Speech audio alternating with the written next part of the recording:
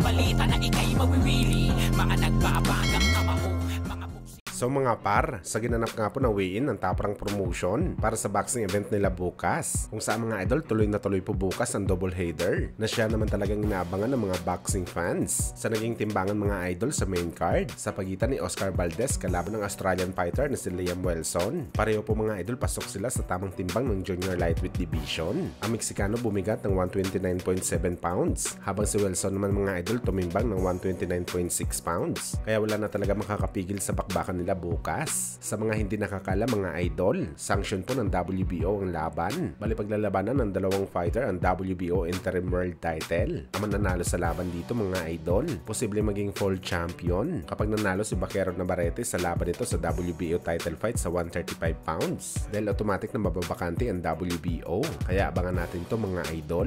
Samantala sa common event naman mga idol, kagaya sa matinding laban na may idadala ni Liam Wilson at Oscar Valdez. Kaabang-abang din mga idol ang sagupan ng dalawang women's minimum weight boxing superstar sa pagitan ni Sinisa Estrada kalaban si Yokasta Valle. Wala na makakapigil sa bakbakan nila bukas mga idol dahil pareho din po sila pasok sa weight limit ng 105 pounds. Si Valle mga idol tumimbang ng 104.3 pounds habang si Estrada naman mga idol bumigat ng 104.2 pounds. Sa mga hindi nakakala mga idol, ang dalawang babaeng palaban na to ay parehong unified champion. Ibig sabihin para sa undisputed fight ang kanilang laban. Maganda at sexy ang dalawang babae na to mga idol, pero halimaw sila pagdating sa bakbakan. Kaya siguradong mabubusog tayo sa sagupaan nila bukas. Sa mga hindi nakakala mga idol, isa sa mga bata at paboritong fighter ni Manny Pacquiao, itong si Sinesta Estrada. Ilang beses na ito ni Pacman nakasama at naturuan sa training.